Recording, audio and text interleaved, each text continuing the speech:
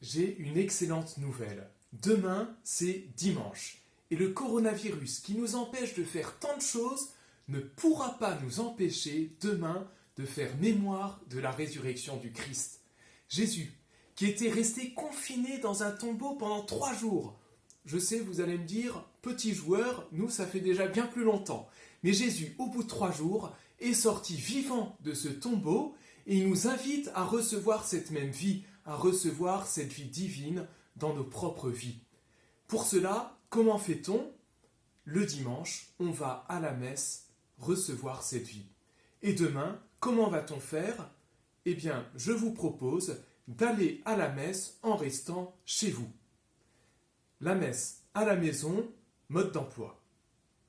Vous le savez, il y a beaucoup de différentes solutions qui nous sont données en ce moment. Comme d'habitude, il y a déjà la radio, RCF, et puis il y a les chaînes de télé, KTO ou bien Le Jour du Seigneur sur France 2, et puis en ce moment une multitude de sites internet, je cite en particulier la page Facebook du diocèse, et puis la page Facebook de la pastorale des jeunes de Vichy, puisque demain nous retransmettrons la messe en direct depuis la chapelle des Sœurs de Saint-Jean à 11 h. Alors, chez vous, vous prenez votre ordinateur, vous allez sur le site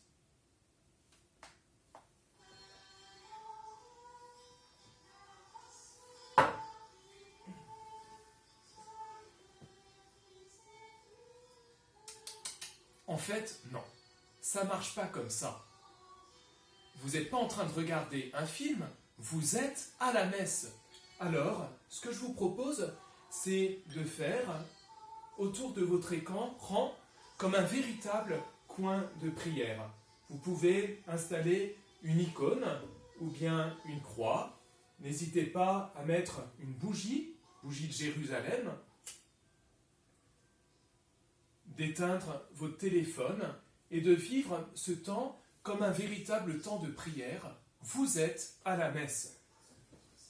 N'ayez pas crainte aussi de pouvoir faire comme à la messe, de pouvoir répondre aux paroles, de pouvoir chanter. On est en train de mettre sur le site les chants que nous utiliserons demain, de pouvoir également faire votre signe de croix, être debout quand il faut être debout, assis, à genoux, couché, non pas couché, mais tout cela se passera extraordinairement bien. Alors, je dois quand même vous dire qu'il y aura un petit moment un petit peu délicat. Vous vous en doutez, il s'agit du moment de la communion. À ce moment-là, c'est pas la peine de vous avancer en ouvrant grand la bouche. On ne pourra rien y faire. Par contre, ce que vous pouvez faire, et ce à quoi je vous invite, c'est de vivre une communion spirituelle qu'on appelle aussi communion de désir. Pour comprendre ce que c'est, il faut déjà qu'on se rappelle ce qu'est la communion à l'Eucharistie. Communier au corps du Christ, ça nous permet d'être unis à Dieu. Je reçois le corps du Christ en moi pour que mon corps puisse être uni à celui du Christ et ne former plus qu'un seul corps. Et lorsque tous les chrétiens réunis communient à ce même corps, cela forme ce nouveau corps qui est celui de l'Église. Et donc, l'objectif, le but de chacune de mes communions, c'est d'entrer dans une union plus grande avec Dieu et avec tous mes frères et sœurs qui forment l'Église. Alors, si vous ne pouvez pas recevoir l'hostie, vous pouvez cependant dire au Seigneur, avec tout votre cœur, « Seigneur, je désire m'unir à toi et je désire être uni à toute l'Église. » Vous pouvez pour cela prendre une prière de communion spirituelle qui vous est proposée. « Puisqu'il ne m'est pas donné de te recevoir dans cette hostie, Seigneur, je te sais assez puissant pour que tu te donnes à moi autrement. Mon cœur te désire, viens, Seigneur Jésus. » Si vous dites de toutes les fibres de votre cœur, de votre être, cette prière, votre désir d'être unis à Dieu, aucun doute possible, le Seigneur entend votre prière et cette messe de demain vous permettra réellement, véritablement, de grandir dans cette unité avec Dieu et avec toute son Église.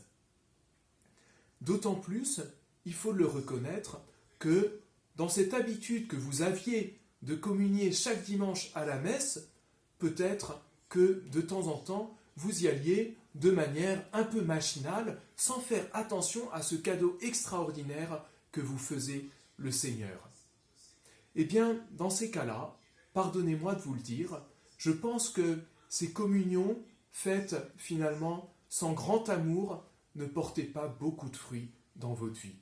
Mais si demain vous faites de tout votre cœur cet acte de communion spirituelle, alors peut-être il portera beaucoup plus de fruits que tant d'autres communions vécues de manière un peu machinale.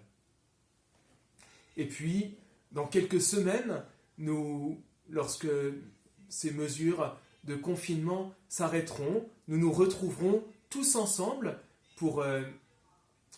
à l'église pour célébrer ensemble l'Eucharistie du Seigneur. Vous pourrez à nouveau recevoir le corps du Christ. Et ce jour-là, ce sera un jour absolument extraordinaire, où de nouveau, nous nous retrouverons tous ensemble en Église pour former un seul corps. Ce jour-là, peut-être que pour chacun d'entre nous, ce sera comme une nouvelle première communion, un moment merveilleux que nous attendons avec hâte. Mais déjà, dès demain, quelle que soit votre manière de vivre la messe, je sais que nous serons profondément unis les uns aux autres et avec toute l'Église dans ce désir de former un seul corps avec notre Dieu. Je vous propose, comme toujours, de terminer en prenant la neuvaine à Notre-Dame de Moulins. Nous pouvons la prendre en demandant à Marie, elle qui a accueilli de tout son cœur Jésus dans sa propre vie, qu'elle nous aide demain à accueillir cette joie du Christ ressuscité dans nos vies.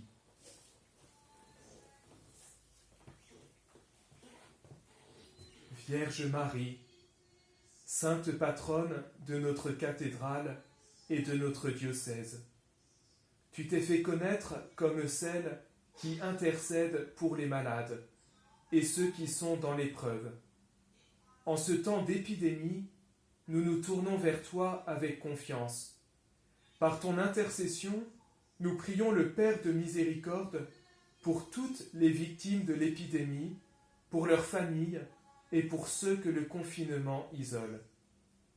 Notre-Dame de Moulins, nous te confions tous les personnels soignants, les chercheurs, les autorités civiles qui œuvrent au service de tous, tout particulièrement en ces temps difficiles.